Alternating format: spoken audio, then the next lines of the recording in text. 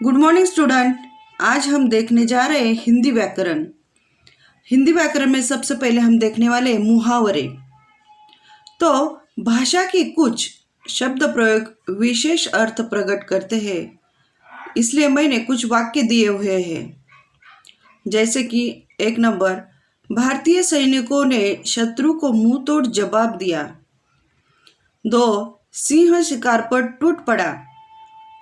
3, कभी न कभी तो हमारे दिन भी फिरेंगे। 4, बादशाह ने युवक की पीठ सहलाई।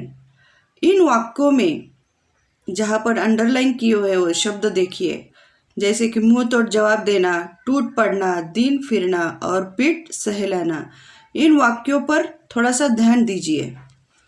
मुंह तोड़ जवाब देने का अर्थ है अच्छी तरह शत्रु का सामना करना। 2 नंबर है टूट पड़ना, उसका अर्थ है जोरदार हमला करना। तीसरा शब्द है दिन फिरना, का अर्थ है बुरे दिनों के बाद अच्छे दिनों का आना। पीठ सहलाना का अर्थ है प्यार प्रकट करना। इस प्रकार के विशेष शब्द प्रयोग को मुहावरा कहते हैं। मुहावरे सीधी सादी बात को अनोखे ढंग से प्रकट करते हैं। तो चलो देखते हैं हम मुहावरे की व्याख्या। तो भाषा में मूल अर्थ से भिन्न विशेष अर्थ प्रकट करने वाले शब्द प्रयोग को मुहावरा कहते हैं। ये जो मुहावरे रहते हैं क्रिया के रूप में होते हैं। अभी मैंने कहा नीचे अभ्यास के लिए यहाँ कुछ मुहावरे अर्थ और वाक्य प्रयोग के साथ दिए गए हैं। 1 नंबर है आगे कदम रखना, उसका अर्थ है आरंभ करना। वाक्य में प्रयोग किया है गांव की सफाई में कानजी भाई ने सबसे आगे कदम रखा। ये जो मुहावरा का जो शब्द रहता है वही वाक्य में आना चाहिए। इधर देखो अंडरलाइन करके जो शब्द दिया है वो मुहावरा है और वही मैंने वाक्य के अंदर डाला है। तो ऐसे इस प्रकार के जो मुहावरे दिए हुए हैं वो लिखना है। 2 नंबर का है आमादा होना, इसका अर्थ है तैयार होना। उसका वाक्य देखिए, उसने जिनका भला किया था वे ही आज उसका बुरा करने आमादा हो गए, तैयार हो गए। अभी इसका अर्थ नहीं लिखना, वाक्य में अर्थ नहीं लिखना, तो मुहावरा लिखना है। नंबर 3 है आंखें मूंदी जाना, उसका अर्थ है नींद आना। उसका वाक्य दिया है राजेश पढ़ने का प्रयत्न कर रहा था पर उसकी आंखें मूंदी जा रही थी, मतलब उसको नींद आ रही थी। 4 नंबर आंखें भर जाना, उसका अर्थ है दुखी होना। वाक्य परीक्षा में उत्तीर्ण होने पर शुभम की आंखें भर आई। 5 नंबर ओझल होना, अर्थ है दिखाई न देना। वाक्य दिया है जब गाड़ी ओझल हो गई तब हमने प्लेटफॉर्म छोड़ा। नंबर 6 उगता जाना, अर्थ उब जाना। वाक्य एक ही काम करते करते वह उगता गया था। नंबर 7 कहीं का न रहना, अर्थ बर्बाद होना, बर्बाद हो जाना। वाक्य जूहे में लगातार हारने पर अब वह कहीं का नहीं रहा। 8 कान खड़े होना, अर्थ सावधान हो जाना। वाक्य झाड़ियों के पीछे किसी को छिपते देखकर चौकीदार के कान खड़े हो गए, यानी कि सावधान हो गए। कान खोलकर सुनना, अर्थ ध्यान से सुनना। वाक्य कान खोलकर सुन लो, अगली बार ऐसी गलती की तो निकाल दूंगा। नंबर 10 कान तेज होना, अर्थ धीमी आवाज़ भी सुन लेना। वाक्य सबको पता है कि पिताजी के कान बहुत तेज है। नंबर 11 कान पर जू न रेंगना, अर्थ अनसुना करना। वाक्य शिक्षक ने कई बार चेतावनी दी पर प्रदीप के कानों पर जू न रेंगी। 12 काम तमाम करना, अर्थ मार डालना। वाक्य रानी लक्ष्मीबाई ने मरते मरते शत्रु के कई सैनिकों का काम तमाम किया। 13 किलकारी मारना, अर्थ बच्चों का हर्षपूर्ण ध्वनि करना। वाक्य बच्चा किलकारी मारता हुआ आंगन में खेल रहा था।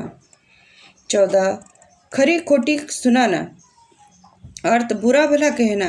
वाक्य हमारी पड़ोसी मामूली सी बात पर भी खरी खुटी सुनाने लगती है। 15 खुशी का ठिकाना न रहना अर्थ बहुत खुश होना।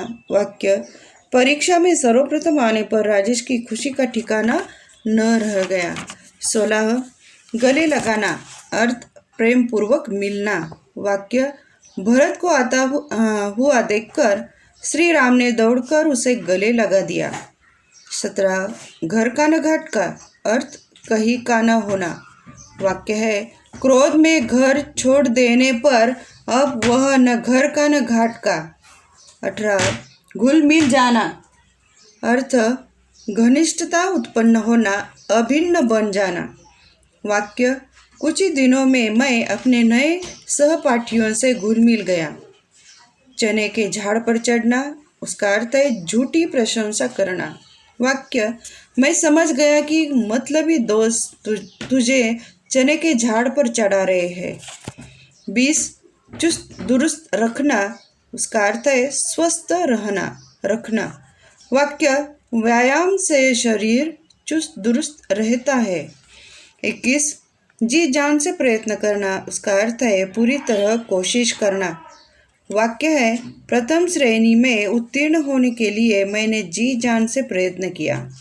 22 झपट्टा मारना अर्थ है तेजी से झपटना, आक्रमण करना। वाक्य है बिल्ली ने चूहे पर झपटा मारा पर चूहा भाग गया।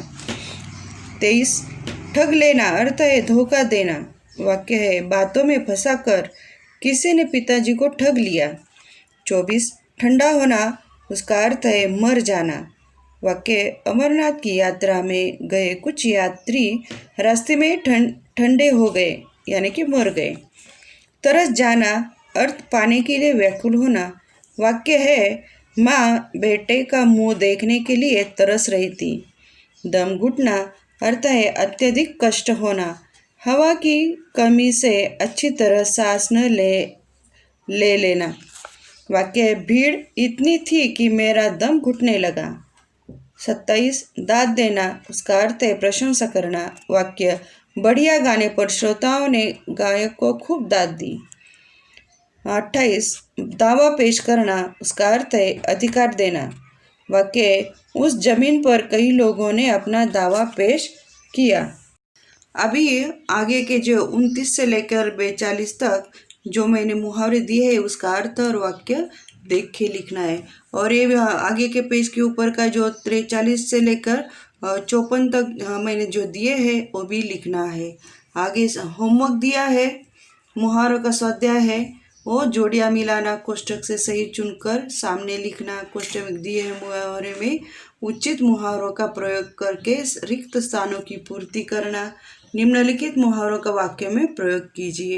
ये जो 4 प्रश्न दिए हुए हैं अपने नोटबुक में लिखना है। व्याकरण के लिए अलग नोटबुक बनाओ, उसके अंदर ये मुहावरे सभी मुहावरे और उसके जो स्वाध्याय है वो लिखना है। बाय।